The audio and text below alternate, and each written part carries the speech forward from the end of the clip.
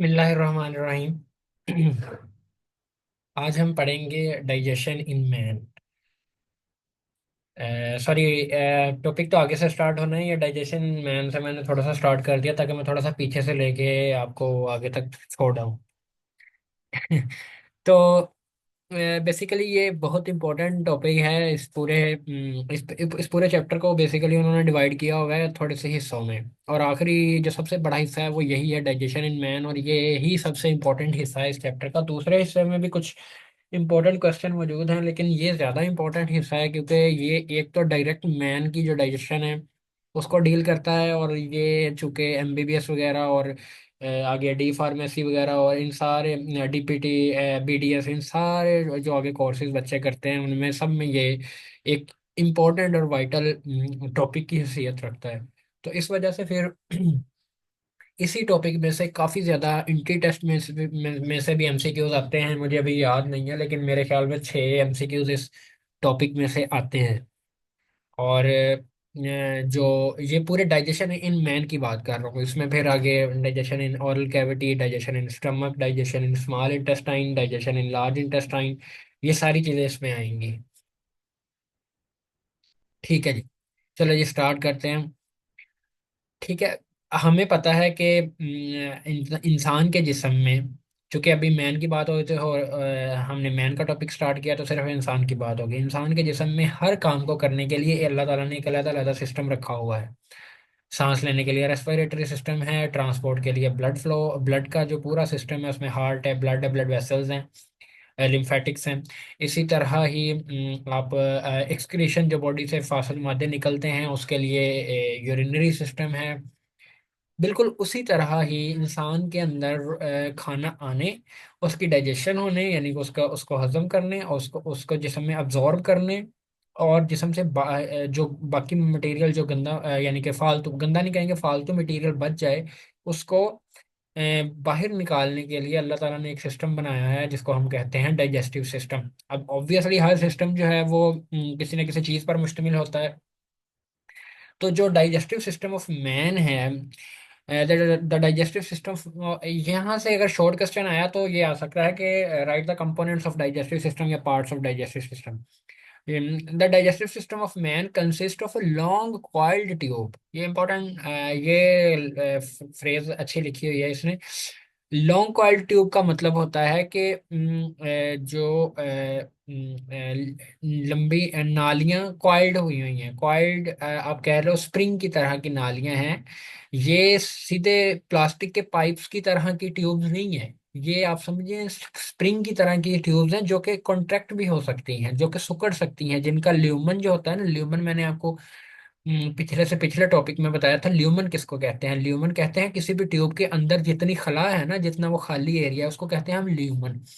तो जो ये वाली ट्यूब्स हैं इनका जो ल्यूमन है ये कम भी हो सकता है, ज्यादा भी हो सकता है। उसकी वजह ये है कि ये कॉन्ट्रैक्ट भी कर सकती हैं, रिलैक्स भी कर सकती हैं। ये बात मैं आगे जाके आपको समझाऊंगा भी कि ये कैसे कॉन्ट्रैक्ट और रिलैक्स करती हैं आज के टॉपिक में ही। ये लॉन्ग कॉइल ट्यूब जो है ये एक्सटेंड करती हैं। एक्सटेंड मतलब आप क्या समझ लें कि फैली होती हैं। कहाँ से लेकर कहाँ तक? From mouth to the anus. ये माउथ से लेकर एनस तक। माउथ का आपको पता है, एनस उस हिस्से को कहते हैं जहां से हमारा जो फीसिस हैं वो बाहर आते हैं। The main parts in the direction, the main parts in the direction of passage of food. ये उसने ना पता क्या किया है, उसने ये किया है कि जो उसने ये किया है कि जो जो नाम दिए हैं ना आगे, वो इस हिसाब से दिए हैं कि जो सबसे पहला नाम होगा फूड सबसे पहले उसमें जाएगा, फिर अगले हिस्से में और फिर अगले हिस्से में। तो इस वजह से इसने direction of passage of food में नाम दिए हुए हैं कौन कौन से हैं। ऑरल और बक्कल कैविटी। सबसे हम पहले हमारी ओरल कैविटी, बक्कल कैविटी, यही आज का हमारा टॉपिक है और मैं इसको आपको एक्सप्लेन करूंगा आज। ओरल और बक्कल कैविटी एक चीज के दो नाम है, ठीक है? तो जहां पर ओरल कैविटी आप यूज कर सकते हैं, बक्कल कैविटी भी यूज कर सकते हैं। उससे अगला हिस्सा ये देखें, ये इतनी ओरल कैविटी है, ये नीचे वाला हिस्सा है एसोफेगस का, और फिर आगे आ गया ये स्टमक आ गया, ये लिवर पड़ा हुआ है।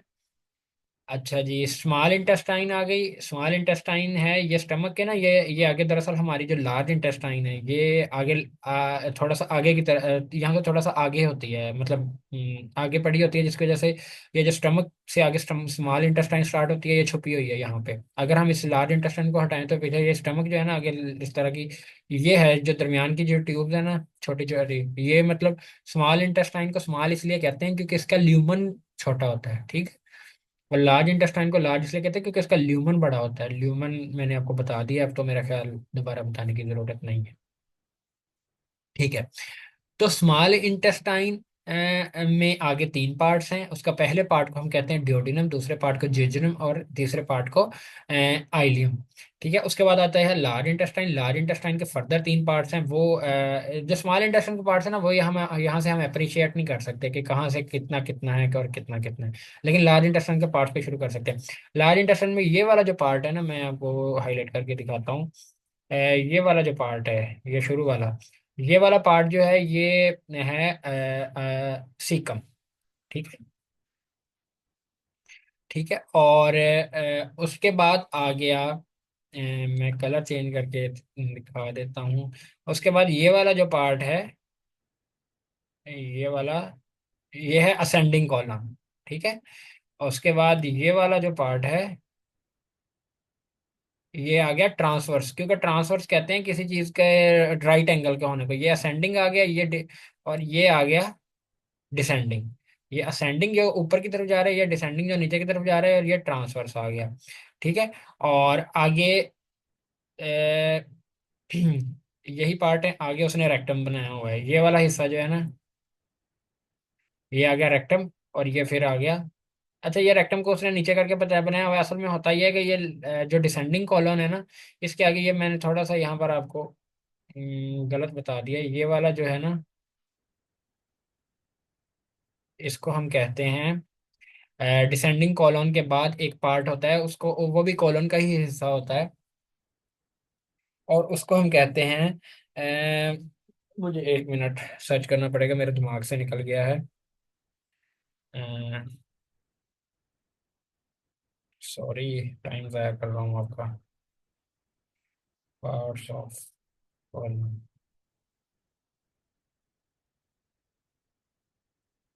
हाँ, सिग्मोइड कॉलम, इसको कहते हैं हम सिग्मोइड कॉलम। ये आपकी बुक्स में कहीं भी मेरा ख्याल नहीं लिखा हुआ है, ठीक है। तो सिग्मोइड कॉलम इसको कहते हैं, ये स्पेलिंग है जी इसके, ठीक है। और उसके आगे फिर जो है ना, ये वाला हिस्सा है जो,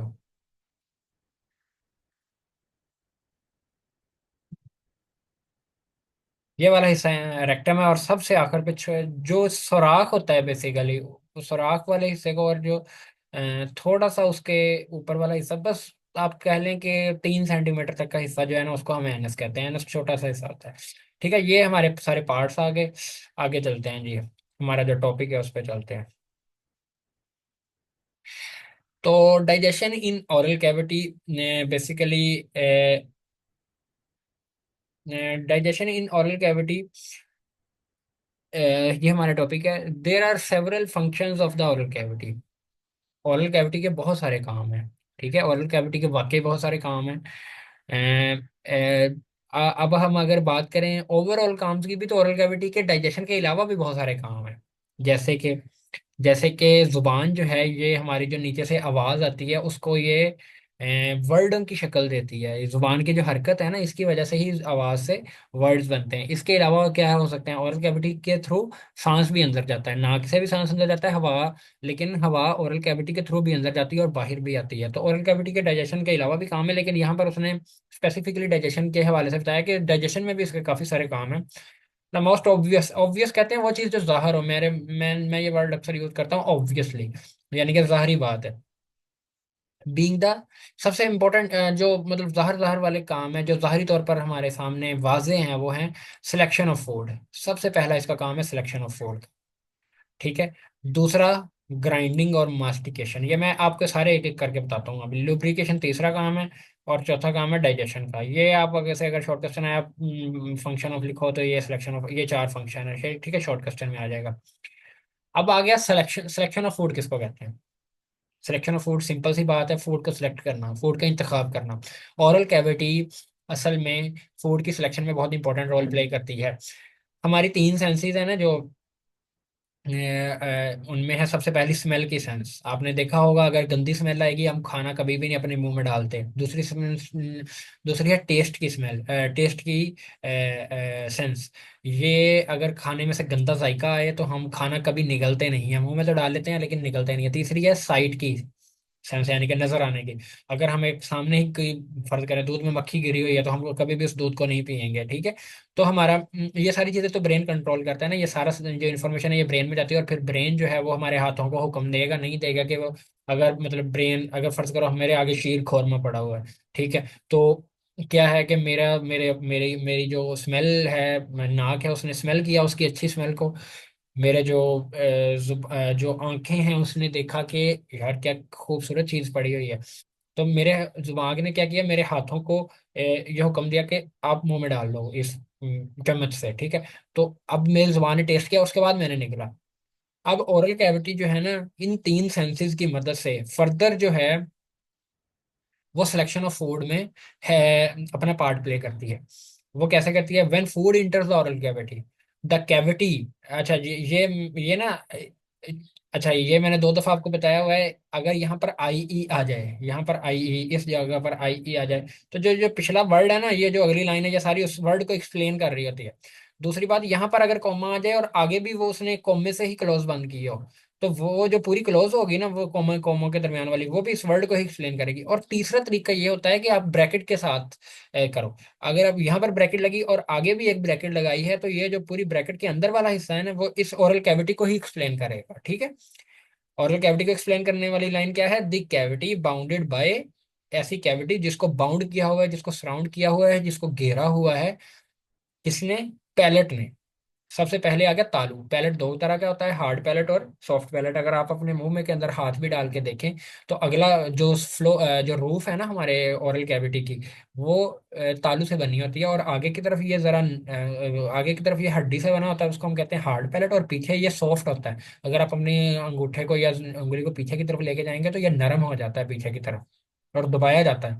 उसको हम कहते हैं सॉफ्ट पैलेट, वो हड्डी से नहीं बना होता। टंग, जुबान, ये हमारे जो ओरल कैविटी की फ्लोर को बनाती है। तीसरे नंबर पे आ गया टीथ। जो दांत है ये अगले वाले हिस्से को बनाते हैं, और चौथे नंबर का यानी अगले वाले हिस्से को क्या क्या बनाते हैं, अगले वाले हिस्से को सराउंड करते हैं, बाउंड करते हैं। और चीक्स, ये दोनों साइडों के दोनों साइडों को कवर करते हैं। चीक्स कहते हैं ये जो साइड पे हमारे होते हैं, मुझे इसका उर्दू तर्जुमा भी नहीं आ रहा, चीक किसको कहते हैं उर्दू में, ठीक है।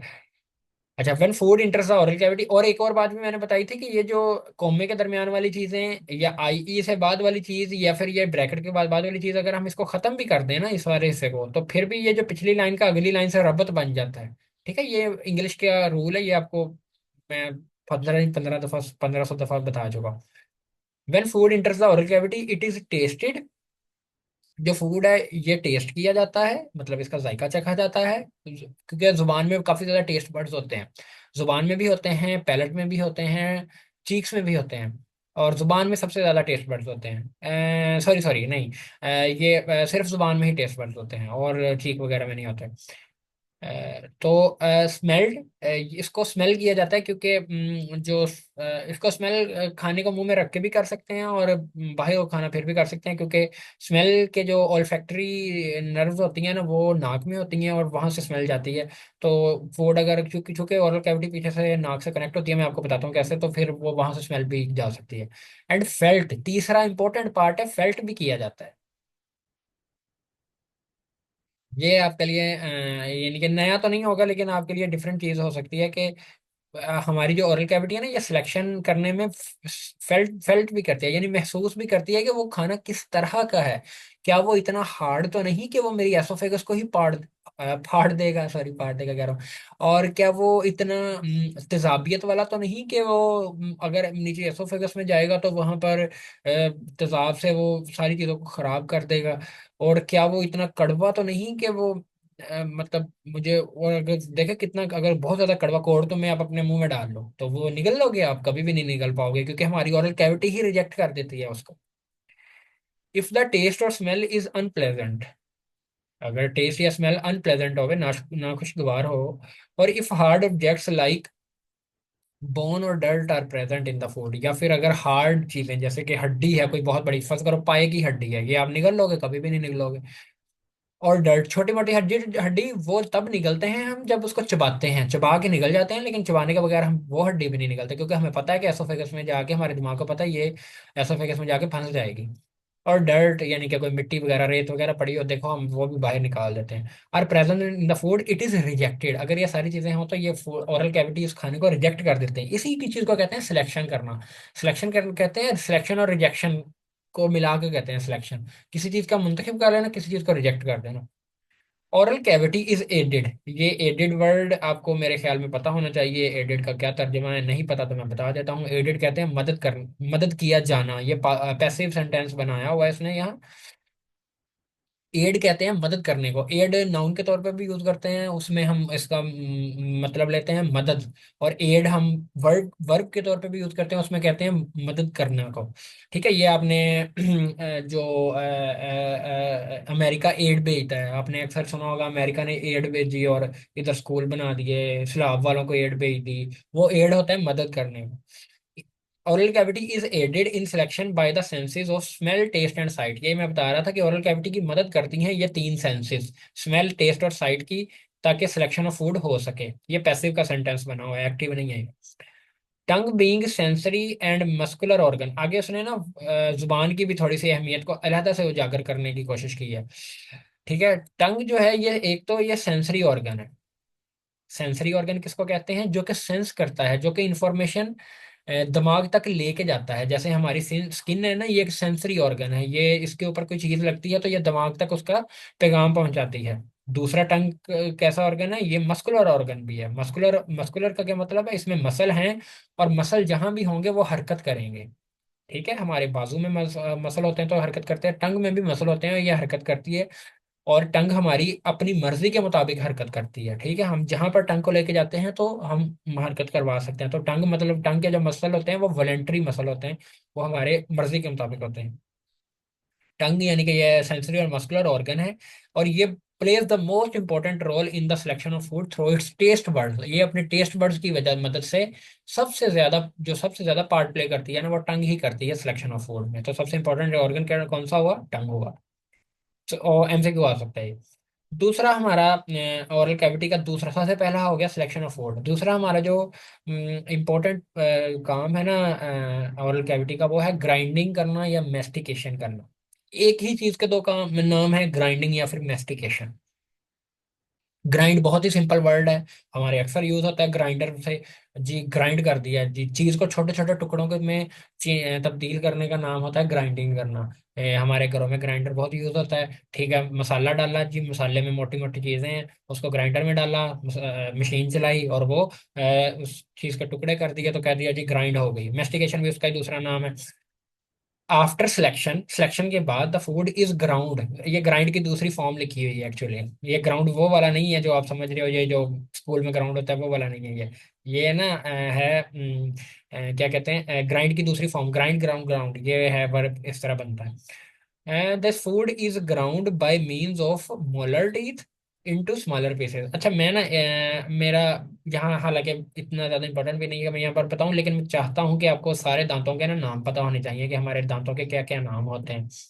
तो मैं अच्छा जी, मैं इसलिए शेयर कर रहा हूँ ये एक पिक्चर, ये मैंने नेट से निकाल ली है। अच्छा, तो ये है जी हमारे दांतों के नाम। ये आगे हैं जी, चार इंसाइजर्स होते हैं। ठीक है, ये दरमियान वाले दो दांत बड़े बड़े, और इसके साथ वाले जो दो दांत, यानी कि ये जो आगे वाले चार दांत होते हैं, ये कौन से होते हैं? इंसाइजर्स होते हैं। इनके साथ वाले जो दांत, जो कि बिल्लियों के और शेरों के काफी बड़े बड़े होते हैं, ये जो गोश्तखोरों के ना ये दांत सबसे बड़े होते हैं, इनको हम कहते हैं केनाइंस। ठीक है, और इनके साथ वाले जो दो दांत है ना इस तरफ के, इन और इसी तरह ही केनाइन के साथ, केनाइन एक ही होता है, इंसाइजर दोनों साइडों पर दो दो होते हैं, टोटल तो चार हो गए इस। लेकिन अगर हम यहाँ से देखें, एक तरफ को मैं दिखा पहले बता देता हूँ।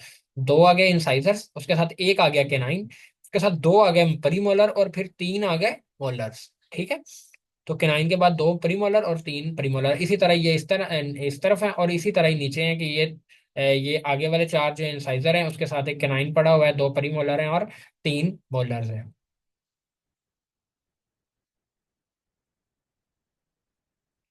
अच्छा जी। ठीक है। तो आगे अगर हम देखें मोलर टीथ की मदद, ये जो पिछले वाले जो दांत हैं, हमारी दाढ़ें हैं, मोलर टीथ इनको कहते हैं, ये मैंने अभी बताया भी है मोलर किनको कहते हैं। इनटू स्मॉलर पीसेस, तो ये जो फूड है ये इसको हम छोटे छोटे टुकड़ों में तब्दील करते हैं। ये आमतौर पर ग्राइंडिंग का जो काम है ना वो ये मोलर टीथ करते हैं। जो आगे वाले इंसाइजर है ना, ये फूड को, फर्ज करो आप शवारमा खा रहे हो, उससे आप एग्जांपल बेहतर आ जाएगी। शवारमा खा रहे हो तो ये सबसे पहले आप ऐसा नहीं करते कि शवारमे को आप तोड़ेंगे ये मोलर से, मोलर से तोड़ेंगे नहीं। आप तोड़ेंगे अगले वाले इंसाइजर से, अपने दोनों साइडों को, दोनों दांतों को उसके इर्द गिर्द लेके जाएंगे और तोड़ लेंगे। उसके बाद आप फिर क्या करोगे, जल्दी से जो है ना उनको साइडों पर लेके जाएंगे, और जो मोलर और प्री मोलर हैं ये उनको फर्दर तोड़ेंगे। कैनाइंस भी इसमें प्ले रोल करते हैं। This is useful. अब ये ग्राइंडिंग की ना इंपॉर्टेंस बता रहा है। ये काम इम्पोर्टेंट क्यों है, क्योंकि The esophagus allows relatively small pieces to pass through। एक तो ये है कि एसोफेगस जो है ना, ये जो खुराक की नाली है हमारी ओरल कैविटी के बाद, ये आमतौर पर जो रिलेटिवली कहते हैं, मतलब जो दो चीज़ों के दरमियान अगर मुकाबला करना हो ना तो उसमें रिलेटिवली यूज करते हैं।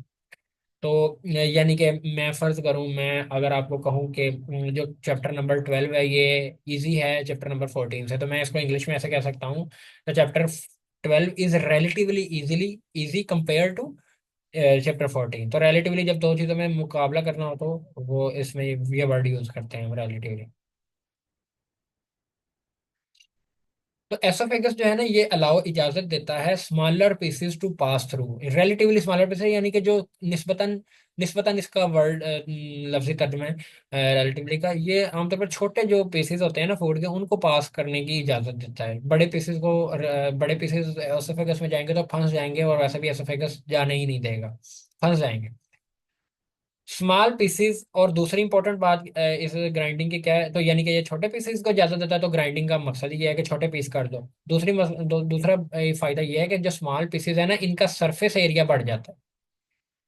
ये ना आपको फिजिक्स केमिस्ट्री के टीचर्स ने बताया होगा कि कोई चीज के जितने ज्यादा टुकड़े कर दो ना उसका सरफेस एरिया उतना ही बढ़ जाता है। हालांकि वो चीज के साइज, जो टुकड़े हैं उनका साइज छोटा होता जाता है, लेकिन उसका जो सरफेस एरिया ना, उसकी जो पूरी सरफेस है वो बढ़ जाती है। तो जितनी ज्यादा सरफेस होगी, ये अगर आपको नहीं पता तो आप मैं यहाँ पर इसको इतना इंपॉर्टेंट समझ नहीं रहा हूँ इसको एक्सप्लेन करना, क्योंकि ये बायो का टॉपिक नहीं है कैसे सरफेस एरिया बढ़ता है। तो जब वो सरफेस बढ़ जाएगी ना, तो चूंकि एंजाइम्स जो होते हैं ये सरफेस पर ही रिएक्ट करते हैं। सरफेस कहते हैं ना, तह को कहते हैं किसी चीज के बाहर वाली तह को। तो एंजाइम ने तो बाहर से आके अटैक करना है, तो एंजाइम को फिर वो काम करने का जो सरफेस एरिया है वो भी बढ़ जाता है उनके लिए। तो फिर वो एंजाइम्स अगर अच्छे तरीके से काम कर पाएंगे तो फूड भी अच्छे तरीके से डाइजेस्ट हो पाएगा। तीसरा जो इंपॉर्टेंट काम है वो है जी लुब्रिकेशन और डाइजेशन का। अच्छा जी। लुब्रिकेशन किसको कहते हैं? तीसरा जो इंपॉर्टेंट काम है ना ये बेसिकली, मैं दोबारा से, तीसरा इंपॉर्टेंट काम है लुब्रिकेशन का और चौथा काम है डाइजेशन का। मैं पहले लुब्रिकेशन बताऊंगा फिर डाइजेशन, इसने दोनों को एक में ही बता दिया। लुब्रिकेशन कहते हैं किसी भी चीज को लुब्रिकेट कर देने को, यानी कि किसी चीज को ऑयली कर देने को। ऑयली मतलब किसी चीज को ग्रीस लगा देने अगर हम कहते हैं ना ग्रीस ग्रीस लगा देना, तो उसको हम कहते हैं लुब्रिकेट कर देना। स्लिपरी सरफेसेस बना देना उसको कहते हैं लुब्रिकेट कर देना। हार्ड सरफेसेस को स्लिपरी सरफेसेस बना दो उसको कह देते हैं लुब्रिकेट कर देना। These are the main functions of oral cavity. ये लुब्रिकेशन और डाइजेशन दोनों को कह रहा है। ये मेन फंक्शन है अकम्पलिश्ड बाय, यानी कि ये तकमील तकमील तक पहुंचाए जाते हैं कैसे, सलाइवा की मदद से। ये है जी इस लुब्रिकेट, असल में ना लुब्रिकेशन और डाइजेशन को उसने दोनों को इकट्ठे इसलिए लिखा है कि ये दोनों एक ही चीज इन दोनों कामों को करती है, और वो चीज का नाम है सलाइवा। ठीक है। सलाइवा हम थूक को कहते हैं। और सलाइवा पैदा कैसे होता है, ये तीन ग्लैंड्स हैं हमारे ओरल कैविटी में, वो इसको पैदा करते हैं। ये बेसिकली ना ये आपके लेवल तक तीन ही हैं, हालांकि बहुत ज्यादा ग्लैंड होते हैं, वो बहुत छोटे छोटे होते हैं, उनके नाम नहीं दिए हुए। ये तीन ऐसे हैं जिनके नाम दिए हुए इतने बड़े बड़े हैं कि इनके नाम दे दिए हैं डॉक्टर्स ने या बायोलॉजिस्ट ने, तो फिर इनको उन्होंने इधर एक्सप्लेन किया हुआ है। सलाइवरी ग्लैंड इनका, और सलाइवा से इनका नाम सलाइवरी ग्लैंड। ग्लैंड आपको पता है किसको कहते हैं? ग्लैंड ऐसे ऑर्गन्स हमारी बॉडी में कहते हैं जो किसी कोई केमिकल सेक्रीट करते हैं, सेक्रीट मतलब निकालते हैं बाहर, जो वो केमिकल्स आगे जाके कोई ना कोई फंक्शन प्ले करता है, उसको कहते हैं ग्लैंड। तो चूंकि ये वाले ग्लैंड जो थूक को सलाइवा को निकालते हैं, तो इनको सलाइवरी ग्लैंड कहते हैं। सबसे पहले आ गया सबलिंगुअल ग्लैंड। सबलिंगुअल का नाम ही नाम ही वो कहते हैं, नाम ही काफी है। नाम ही इस बात को डिनोट कर रहा है कि ये कहाँ मौजूद होगा। लिंगुअल कहीं भी, लिंगुअल वर्ड लिंग्विस्टिक से निकला हुआ है, आपने लिंग्विस्टिक लफ्ज पढ़ा होगा। लिंग्विस्टिक कहते हैं जुबान को, ठीक है। और लिंगुअल, सब लिंगुअल, सब कहते हैं नीचे किसी चीज को नीचे हो रहा है, वो कहते हैं, वो कहते हैं ना सब ऑर्डिनेट नहीं है ये मेरा सब ऑर्डिनेट है, यानी ये मेरे नीचे काम करता है। तो सब लिंगुअल ये जुबान के नीचे मौजूद होते हैं, ये हमारी जुबान के ना नीचे सब लिंगुअल ग्लैंड होते हैं, सिचुएटेड बिलो द टंग, ये जुबान के नीचे होते हैं। इसी तरह सब मैक्सिलरी, इसी ग्लैंड का एक और नाम भी है, इसको सब मैंडिबुलर भी कहते हैं, ठीक है, इसको सब मैंडिबुलर भी कहते हैं। मैं इधर ही आपको सब,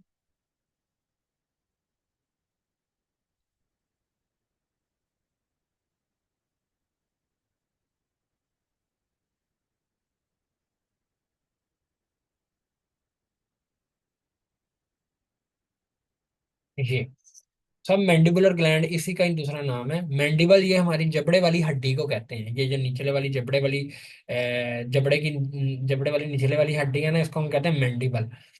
ठीक है, आगे अगर कोई पिक्चर आई तो मैं आपको दिखा भी दूंगा। तो ये ग्लैंड जो है ना, ये दोनों साइड्स पर इसी हड्डी के नीचे पड़ा होता है, ठीक है। ये ग्लैंड कहाँ मौजूद होते हैं? मैं अगर आपको दिखाऊं तो इसको मैं जूम इन कर लेता हूँ। ये पिक्चर इतनी अच्छी नहीं है, लेकिन मैं ना इसको जूम इन करके बताता हूँ आपको। ये हमारी जुबान है, ये टंग से डिनोट किया हुआ है। इसके नीचे देखो ये बताए हुए हैं, सब इस जुबान के नीचे सब लिंगुअल ग्लैंड है, ठीक है। इसी तरह ही ये जो जबड़ा है, ये निचले वाला हिस्सा सारा जबड़ा है, इसके नीचे दोनों साइडों पर सब मैंडिबुलर ग्लैंड है। ये देखो यहाँ पर उसने सब मैक्सिलरी वर्ड नहीं यूज किया, यहाँ सब मैंडिबुलर यूज किया हुआ है। और ये जो हमारी, ये जो जॉ बोन है ना, इसके पिछले की तरफ, इस ये कान के नीचे ये सारे हिस्से को पेरोटिड ग्लैंड जो है वो, मैं आपको ड्रा कर देता हूँ यहाँ पर। इस हिस्से में सारा जो है ना पेरोटिड ग्लैंड बड़ा होता है, ठीक है। ये इसने डिनोट भी किया हुआ है। ठीक है जी, और चलिए,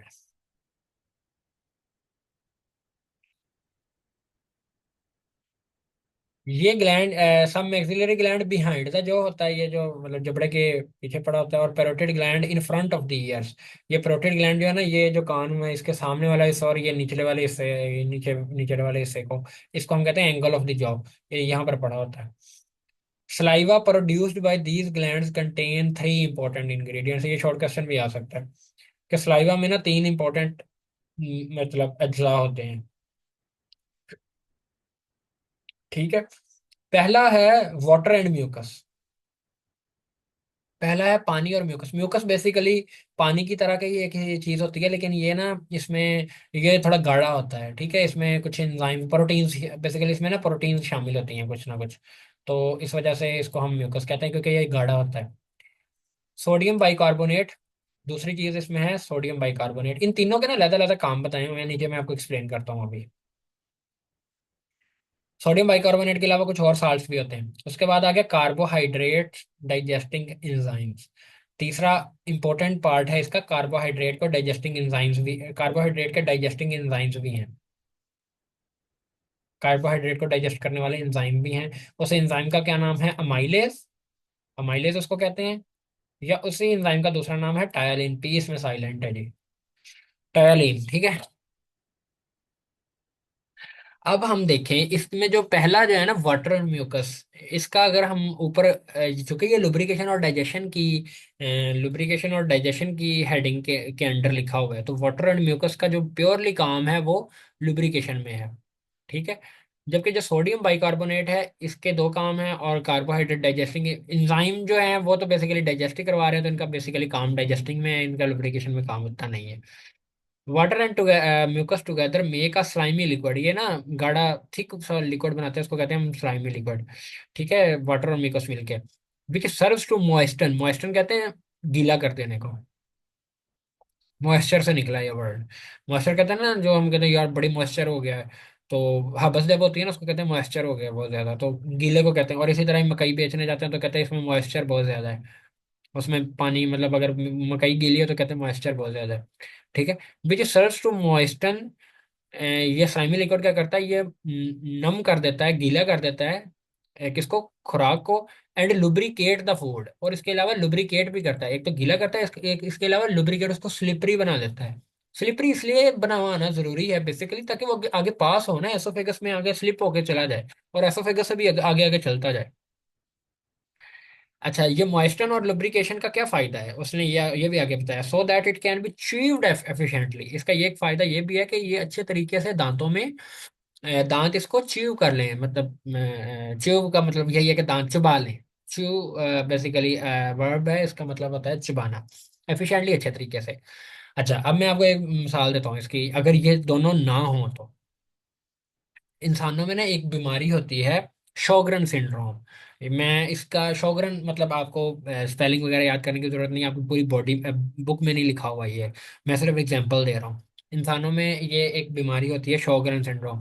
ये ना ऑटो इम्यून डिजीज होती है। ऑटो इम्यून डिजीज वो होती है जिसमें ये जो पिछला चैप्टर हमने पढ़ा था इम्यूनिटी, इसमें ये जो बी लिम्फोसाइट्स और टी लिम्फो और एंटीबॉडीज जो हैं, असल में ये कभी कभी ऐसा होता है कि यही एंटीबॉडीज हमारी बॉडी के खिलाफ, ये आमतौर पर बाहर के जरासीम के खिलाफ काम करना चाहिए था ना, तो कभी कभी ऐसा होता है कि ये एंटीबॉडीज हमारे जिस्म के खिलाफ, अपने जिस्म के खिलाफ काम करना शुरू कर देती हैं। वो कहते हैं घर का बिंदी लंका डाय, वो वाला काम हो जाता है। तो क्या होता है कि उन उन सारी डिजीज को हम कहते हैं ऑटो इम्यून डिजीज। तो Sjogren syndrome basically auto immune disease होती है, इसमें कुछ एंटीबॉडीज बनती हैं जो कि खास तौर पर ना इन ग्लैंड्स पर अटैक करती हैं, ये सब मैक्सिलरी सलाइवरी और सब लिंगुअल ग्लैंड्स पर अटैक करती हैं और इनको खराब कर देती हैं। तो जब ये खराब हो जाएंगे तो ये सलाइवा नहीं प्रोड्यूस कर पाते। तो ऐसे पेशेंट्स बता कि बेचारे क्या कहते हैं, कहते हैं जब हम खाना मुंह में डालते हैं ना तो हमें ऐसा लगता है जैसे हमने रेत मुंह में डाल लिया, इतना खुश खाना होता है। तो ये है कि जब हम खाना अगर मुंह में डालें और मुंह में सलाइवा ना ना बने, तो वो इतना खुश खाना होता है कि वो मतलब चबाया भी नहीं जाता सही तरह से। और दूसरा काम क्या होता है, पास्ड थ्रू दी एसोफेगस, ये मैंने पहले बताया आपको कि ताकि लुब्रिकेट करने का फायदा क्या है, ताकि ये एसोफेगस से अच्छे तरीके से स्मूथली पास हो सके। दूसरा उसने सोडियम बाइकार्बोनेट का काम बताया हुआ है यहाँ पर। अच्छा जी। दूसरा उसने ना सोडियम बाइकार्बोनेट का काम बताया हुआ है, ये देखें यहाँ तक। तो सॉरी, ये sodium bicarbonate and some other salts are slightly antiseptic. Sodium bicarbonate और जो दूसरे साल्ट हैं, ये स्लाइटली एंटीसेप्टिक भी हैं। एंटीसेप्टिक का क्या मतलब है, एंटीसेप्टिक का मतलब होती है ऐसे केमिकल्स जो कि जरासीमों को मारते हैं, उनको कहते हैं हम एंटीसेप्टिक केमिकल्स।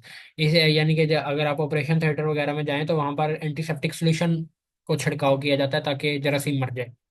इसी तरह ही स्कूल्स वगैरह में जो पोछा लगाते हैं उनमें एंटीसेप्टिक सोल्यूशन, ये जो पोछे लगाने के लिए केमिकल यूज होता है ना, उसके ऊपर लिखा होता है एंटीसेप्टिक सोल्यूशन, जरासीमों को मारने वाला। तो सोडियम बाइकार्बोनेट का एक काम तो सेप्सिस दरअसल बीमारी को कहते हैं ना, तो उसी से निकला हुआ एंटीसेप्टिक जो जरासीमों को मारता है। सोडियम बाइकार्बोनेट का एक काम तो ये है कि ये स्लाइटली एंटीसेप्टिक भी है, ये मतलब थोड़े से ना जरासीमों को भी मार देते हैं मुंह में ही। आप इस बात को पर तो आपको पता होना चाहिए ना कि जब हम खुराक मुंह अपने हाथों को यूज करके मुंह में डालते हैं तो वो सिर्फ खुराक नहीं होती, उसमें बहुत सारे जरासीम लाजमन होंगे। ऐसा नहीं है कि उसमें जरासीम नहीं होंगे, हमारी हर खुराक की हर बाइट में जरासीम होते हैं, बैक्टीरियाज होते हैं। तो सोडियम बाइकार्बोनेट कुछ जरासीमों को यही मारता है, लेकिन थोड़ा सा जरासीमों को मारता है। लेकिन यहाँ के बारे इनका मेन फंक्शन ये नहीं है, सोडियम बाइकार्बोनेट का मेन फंक्शन इनका है stabilise the pH of food. ये करता है फूड की पीएच को स्टेबल करता है। असल में क्या होता है कि जो सलाइवा होता है ना, उसकी पीएच तो अल्कलाइन होती है, आपको पता है 7 से ऊपर अगर पीएच चली जाए, केमिस्ट्री में आपने पढ़ा होगा, पीएच 7 से ऊपर चली जाए तो वो अल्कलाइन हो जाती है, 7 से नीचे आ जाए तो एसिडिक हो जाती है। ठीक है। और फ्रेश सलाइवा चूंकि अल्कलाइन होता है और उसकी पीएच होती है नियरली 8, ये सारे एमसीक्यू से भरा हुआ है ये सारी चीजें। एंट्री टेस्ट में एमसीक्यू आते हैं और भी बहुत जगह पे एमसीक्यू रट्टा है सिरा, यानी कि ये याद करने वाली चीजें हैं और यहाँ से एमसीक्यू सीधे सीधे आते हैं। फ्रेश सलाइवा जो है ना, ये उसकी पीएच होती है 8। और जैसे ही सोडियम बाइकार्बोनेट उसमें मिलता है, तो उस सोडियम बाइकार्बोन ये सलाइवा जब बनता है, मतलब सलाइवा में सोडियम बाइकार्बोनेट भी तो होता है ना। तो क्या होता है कि ये क्विकली लूजेस कार्बन डाइऑक्साइड। अच्छा, जब मैं था ना एफएससी में, मतलब मैंने फर्स्ट ईयर में था, मुझे इस लाइन की कभी समझ नहीं है, कुछ लाइनों को मुझे कभी भी समझ नहीं है, कोई टीचर भी मुझे समझा नहीं पाया कि कार्बन डाइऑक्साइड का क्या ताल्लुक है पीएच से। आपने ना एक बात आगे जाके पढ़ोगे आप इस बात को, carbon dioxide basically acidic pH की निशानी है। जिस केमिकल से कार्बन डाइऑक्साइड बाहर निकलेगी ना, वो जो पिछले वाला केमिकल है, वो एसिडिक हो जाएगा। ठीक है। तो जहां अगर कार्बन डाइऑक्साइड जिस केमिकल में होगी वो एसिडिक रहेगा, कार्बन डाइऑक्साइड निकलेगी तो वो अब इस बात को अब चलो छोड़ दो। आप इस लाइन का ना सिर्फ रट्टा लगा लो कि कार्बन डाइऑक्साइड जो है ना, जब वो निकलेगी तो पीछे वाला हिस्सा जो केमिकल है ना, वो एसिडिक हो जाएगा और उसकी पीएच मजीद गिर जाएगी, 8 से 6 पे आ जाएगी। ठीक है।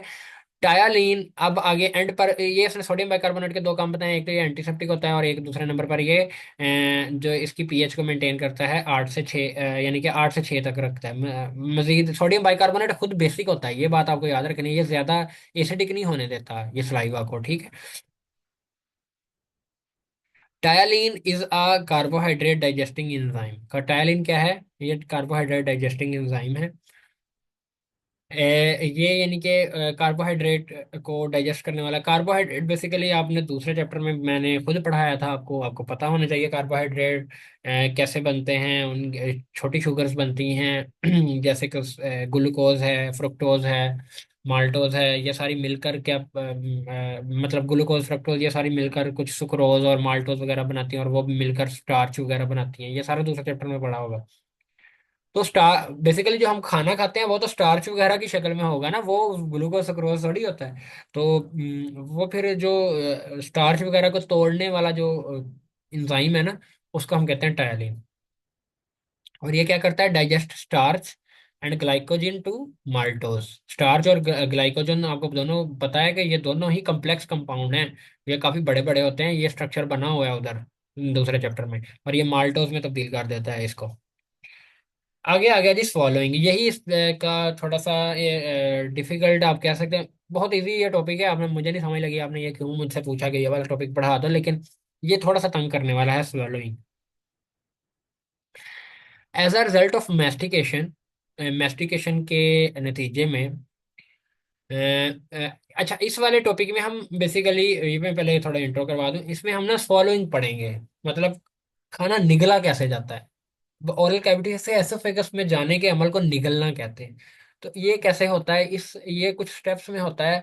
ये ना लॉन्ग क्वेश्चन भी आ सकता है क्योंकि इसके 3 पार्ट बने हुए हैं, तो ये अच्छा लॉन्ग क्वेश्चन भी आ सकता है। कभी मेरा ख्याल आया है, नहीं आया मुझे नहीं आइडिया, लेकिन आया आ सकता है। As a result of mastication, mastication के बाद, मैस्टिकेशन आपको पता है क्या, ग्राइंडिंग को कहते हैं। दी सॉफ्टेंड, मैस्टिकेशन भी हो गई है जी, ग्राइंडिंग ग्राइंडिंग मशीन चल गई हमारी दांतों वाली, बड़े आपके जो बड़े बड़े दांत हैं उनसे। और उसके बाद सॉफ्टेंड, खाना लुब्रिकेट भी हो गया है, पार्टली डाइजेस्टेड भी हो गया। पार्टली डाइजेस्टेड किसने किया, डाइजेशन भी हो गई है, आपको पता है ना डाइजेशन। डाइजेशन इसको ही तो कहते हैं कि ये कार्बोहाइड्रेट थोड़े से छोटे शुगर में तब्दील हो गया, इसको कहते हैं ना थोड़ा सा डाइ। पार्टली इसलिए कहा है कि ये पूरी तरह डाइजेस्ट नहीं हुआ, माल्टोज भी बड़ी शुगर ही है, छोटी शुगर नहीं है। तो पार्टली डाइजेस्ट हो गया, हाफ। पार्टली कहते हैं ना, आधा हुआ है आधा रहता है, उसको कहते हैं partly. Slimy food, mass is rolled. Slimy food जो स्लाइमी मतलब आप कहते हो स्लाइमी कहते हैं गाढ़े को। फूड मैस इज रोल्ड, इसको रोल किया जाता है, रोल जिस तरह बनाते हैं, ये रोल होता है, पेड़ा बनता है इनटू स्मॉल ओवल लंप। ये ओवल, ओवल कहते हैं ना गोल सा, गोल लंप में तब्दील होता है, उसको कहते हैं बोलस। बोलस हम कह सकते हैं कि हमारी जो खाने की बुर्की है ना, यानी कि बाइट है, वो हमारे मुंह में जाती है, तो वो खाना उसको चबाता है। तो खाना चबा के उसको आगे छोटे छोटे पेड़े बनाता है। ठीक है। तो वो उस एक पेड़े को कहते हैं बोलस। अब वो पेड़ा जो है, is then pushed to the back of the mouth, sorry, ये जो पेड़ा है ये मुंह के पिछले वाले हिस्से में पुश किया जाता है, धकेला जाता है, कैसे? By the action of tongue. एक तो जुबान के का हरकत करने की वजह से, और मसल ऑफ फेरेंक्स के, और फेरेंक्स के मसल के हरकत करने की वजह से। देखिए, फेरेंक्स किसको कहते हैं? ओरल कैविटी के पिछले हिस्से को ना, ये अगर अपन आप अपना मुंह भी खोलेंगे तो ये अगले वाला हिस्सा जो है हमारे, जिसके ऊपर पैलेट पड़ा हुआ है, नीचे जुबान है, लेकिन इसके पिछले हिस्से में, पिछले साइड पर ना एक खला है, ठीक है, उसको हम कहते हैं फेरेंक्स। और ये रेस्पिरेटरी सिस्टम, यानी कि ये नाक से जो सांस आती है, नोस्ट्रिल से और पीछे नेजल कैविटी से होती हुई फेरेंक्स से ही लेरेंक्स में जाती है हवा। तो ये रेस्पिरेटरी सिस्टम में का भी हिस्सा है ये फेरेंक्स, और डाइजेस्टिव सिस्टम का भी हिस्सा है फेरेंक्स, ठीक है। तो आपको अगर मैं नीचे की किसी, हाँ, ये वाला हिस्सा, ये आ गई हमारी जुबान, ठीक है, ये जुबान है, ठीक है, ये इतना हिस्सा जुबान है, मैं इसको बाद में भी लेबल करता हूँ, ये इतना हिस्सा जुबान है। ये ये आ गया हार्ड पैलेट, ये आ गया सॉफ्ट पैलेट, ठीक है, और ये जो पिछला हिस्सा है ना, यहाँ पर ये मसल पड़े हुए हैं कुछ, ठीक है। तो ये वाला जो हिस्सा है इसको हम कहते हैं फेरेंक्स, मैं यहाँ पर लेबल कर देता हूँ।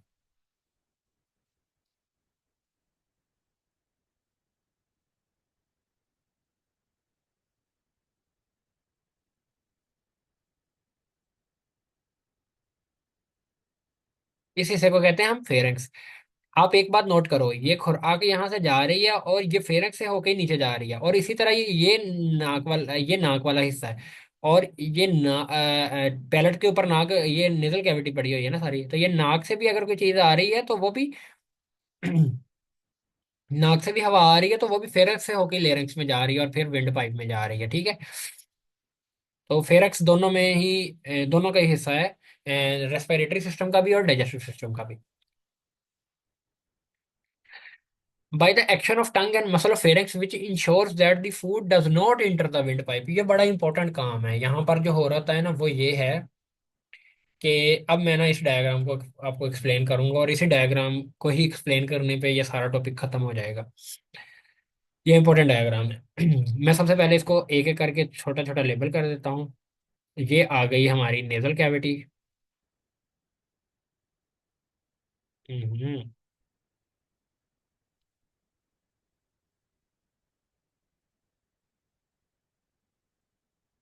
ठीक है, ये आ गई हमारी नेजल कैविटी। ये आ गया हमारा पैलेट। यार,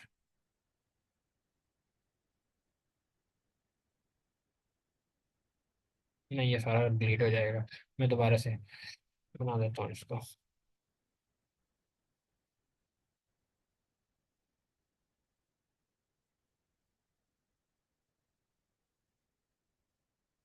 ठीक है, ये आ गया हमारा पैलेट।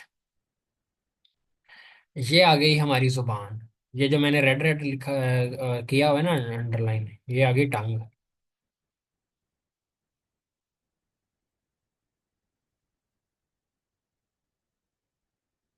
ठीक है, अब ये कुछ चीजें उसने भी अंडरलाइन, शुक्र है कि ऐसा कमीना इंसान है, ये सारी चीजों को उसने वो नहीं किया हुआ, लेबल नहीं किया हुआ। ये आ गया बोलस, ये वही पेड़ा आ गया जो कि जुबान ने बनाया है अभी, ठीक है। पीछे की तरफ आए तो ये वाला हिस्सा है जो मैंने, ये वाला हिस्सा, और इसमें मैं अगर दिखाऊं तो ये वाला हिस्सा और ये वाला हिस्सा जो है ये फेरेंक्स आ गया, ठीक है। ये फेरेंक्स को इसने, बल्कि फेरेंक्स को इसने कुछ लेबल भी किया, फेरेंक्स यहाँ से शुरू होता है और यहाँ नीचे तक चलता है, ये देखो, ये फेरेंक्स यहाँ से शुरू होकर यहाँ तक चलेगा, ये फेरेंक्स, और ये नीचे तक जाएगा, ठीक है, ये सारा फेरेंक्स ही है। अब आगे आ गया एपिग्लोटिस। ये एपिग्लोटिस है, ठीक है। अब यहाँ पर दो हिस्से हैं। ये पिछले वाले हिस्से को हम कहते हैं एसोफेगस, ये खुराक की नाली, और अगली है सांस की नाली, जिसको हम कहते हैं विंड पाइप कहते हैं इसको, या ट्रेकिया कहते हैं। अच्छा, ये जो विंड पाइप का सिर्फ ऊपर वाला हिस्सा होता है ना, इसमें कार्टिलेज नहीं होते असल में। ट्रेकिया में ना सी टाइप, सी शेप के, जिस तरह सी, वर्ड सी है ना, वर्ड सी है जिस तरह। हाँ, क्या हो गया, ये तो कुछ और ही बनना शुरू हो गया। ठहर जाओ, अबे इसको मैं कैसे खत्म। 。 करूँ। 。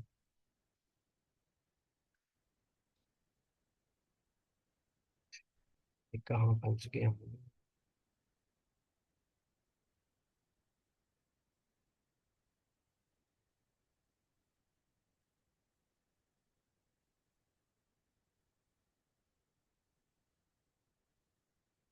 और ये कैसे खत्म होगा।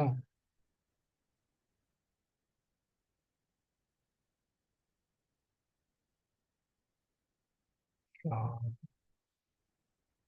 अच्छा यहीं से कुछ करना पड़ेगा।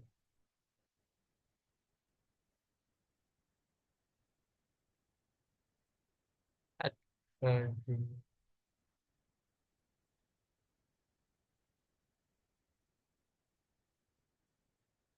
ये कैसे हो सकता है।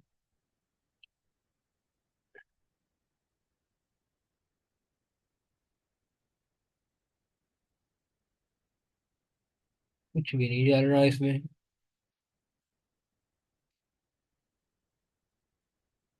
डिलीट भी नहीं हो रहा।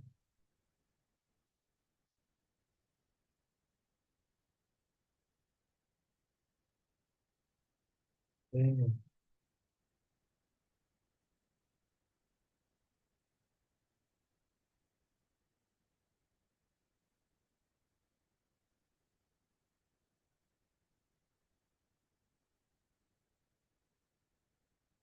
और क्या मटेरियल में फंस गया हूँ मैं।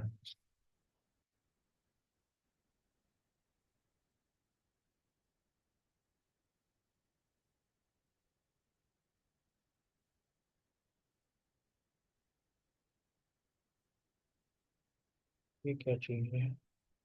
ये ओपन हो गया। यार अच्छा वाला लेक्चर की बैंड बजा दी है।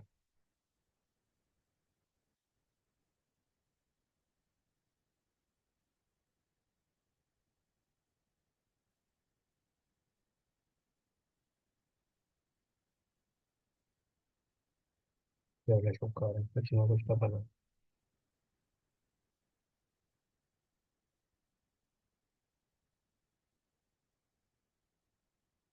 समझ नहीं आ रही ये। नहीं, नहीं और वो अभी भी नहीं खत्म हो रहा। तो इसके ऊपर कुछ होगा।